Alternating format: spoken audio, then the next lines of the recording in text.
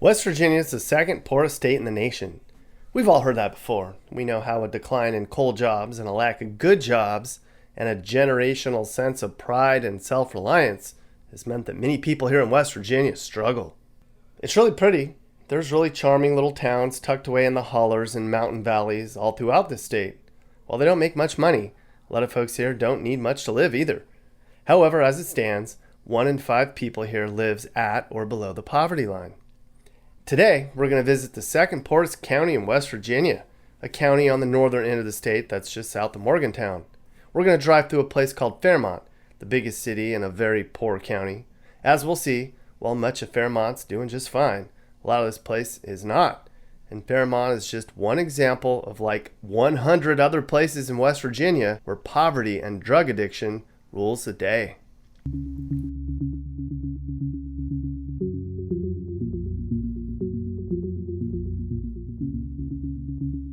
At one point in Fairmont, there were 27,000 people.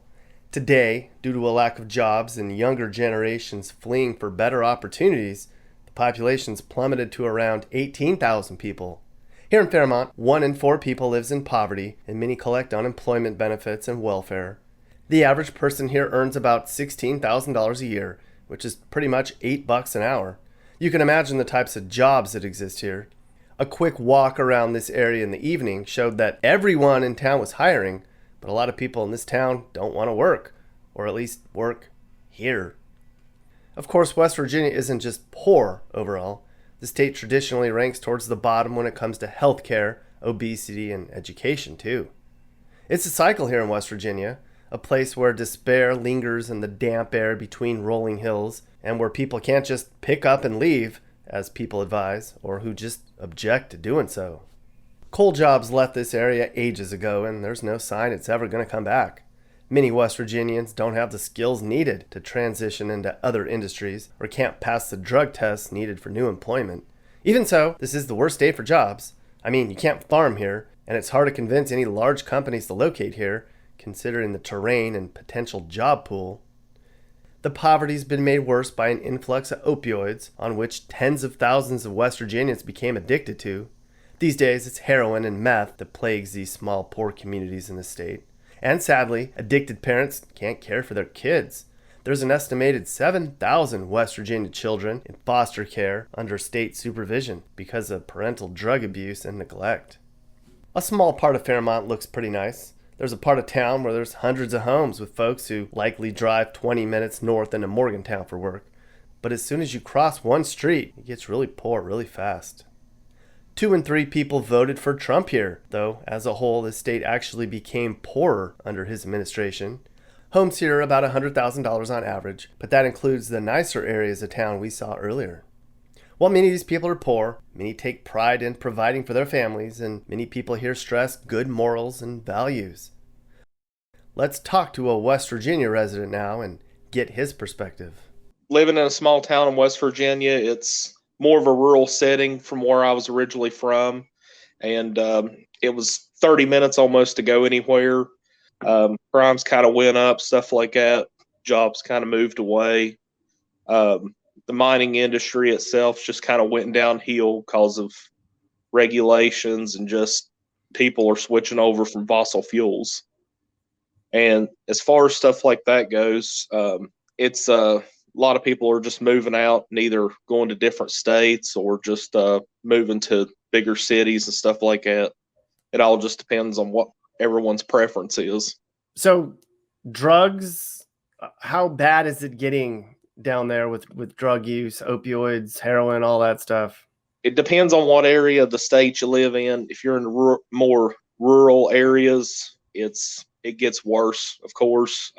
It's normal for certain areas like that to leave something out at night, and the next morning or a few minutes later, it might disappear.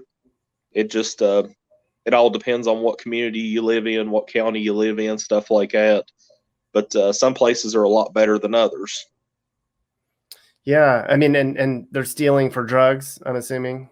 Yeah, I mean, it can be anything from bicycles from children to get from point A to point B, or just power tools or whatever whatever actually they can get their hands on easily.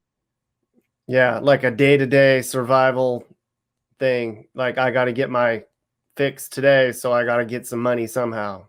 Yeah. How desperate are the people down there in some of these small towns and rural West Virginia down there in these coal mining towns?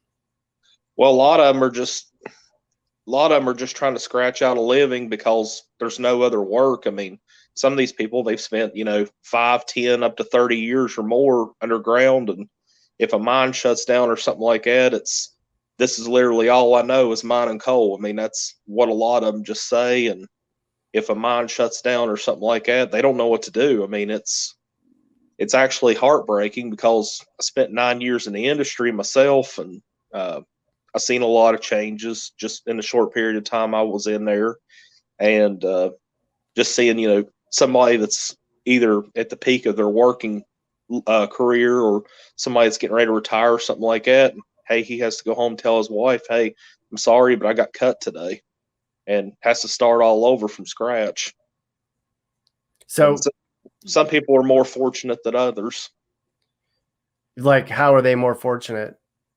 Well, I mean, in the coal mining industry, you operate anything from heavy machinery to if you have management experience, construction related experience, stuff like that. I was fortunate enough to transition into the chemical industry, so where I had a little bit of a management experience, a little bit of equipment experience, and stuff like that. And working in the mines around here, if you work in the mines, a lot of people know that you're a hard worker. That's the mindset. And what was really good for us was at the downturn of the industry, we had companies coming in saying, hey, did you work, how long did you work underground, or are you a coal miner or whatever? And mining experience, a lot of them would put in their job description is a plus. And that helped a lot of us out. Yeah. But then so you also had your smaller group that said, I'm just waiting on the market to improve and I'm going straight back, or they might transition into a different job. And once the market picked up, then they were going out and going back into the mines and buying a new $50,000 to $70,000 truck and starting all over again. It was something I scratched my head at, and I said, that's, if I was you, I'd be, it's none of my business, but you might want to look at the longer term future. Yeah. So what do most people do when they lose their jobs at a coal mine? First thing they'll do is after cleaning out their lockers and stuff, they'll file for unemployment. And a lot of times, if you're lucky enough, you might find another place that's you might be able to find another place that's hiring or something like that. Like another coal mine, you mean? Yeah, but I mean, that's getting rare anymore. I mean, 10 years ago, if one shut down, you could literally almost go down the road 5 or 10 miles, and another place was hiring, and there'll be flyers everywhere and stuff. It's picking up right now, especially in the metallurgical market, but the steam market's pretty much decimated because everybody's switching over to natural gas and alternative energy. It seems like West Virginia's biggest industries are timely, meaning they're going to be gone one day. Yeah. What's the state going to do for employing its people and to get all of the money they need to run the state? Well, we've had most recently we had a methanol plant come in here about 5 years ago. It's in the Institute area, and we've had a few other places come in, stuff like that.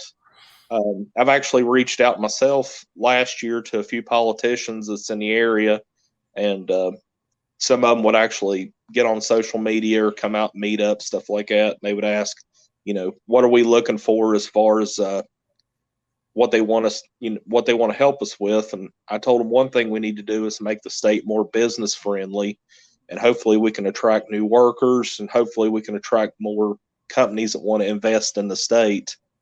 And that's been our biggest struggle, because here recently, probably about a week or so ago, we actually started losing. We lose about 18 to 20,000 people a year, but we actually lost a congressional seat in the process here this past year. Mm-hmm. That really hurt. Yeah. And do you have any, big political superstars that the DC level that can stand up for your state and try to fight to get you guys hooked up with a better future? We have Joe Manchin, but I mean, a lot of it's just my opinion. This is just my 2 cents.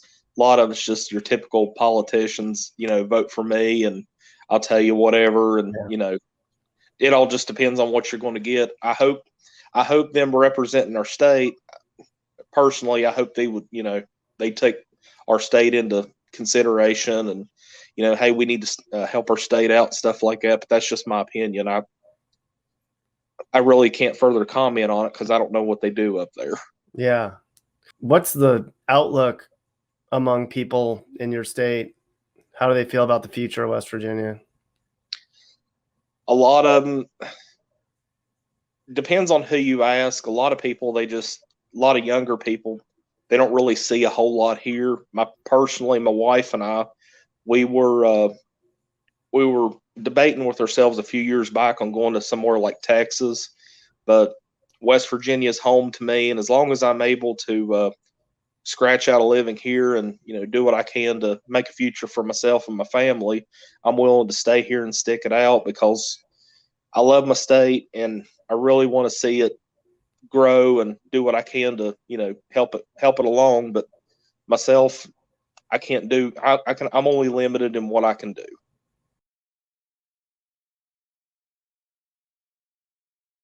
Hey guys, so if anything I just talked about upset you or made you sad or mad, well then do something about it. Call your local leaders and demand change. Chip in and help those in need. Make your community better, because communities don't get better without hard work and determination. America's a great place. It just needs some more love and pride. This is Sage, Nick's manager. This has been a Corner House Entertainment production. And are you looking to move and need advice? I do consulting. That's right. I'll sit down and talk about where the next perfect place for you and your family should be. I do it all the time. Together, let's find you a new home that's safe and checks all your boxes. You can get my email in the description to find out how I can help you find your perfect relocation. And I can also help you find your new house too. Email me and I'll work with you on not just helping you figure out where to move, but I can help you find your perfect home too. That's right. Someone's a realtor now. Who wants to deal with a realtor they don't know when you can have me help you, right?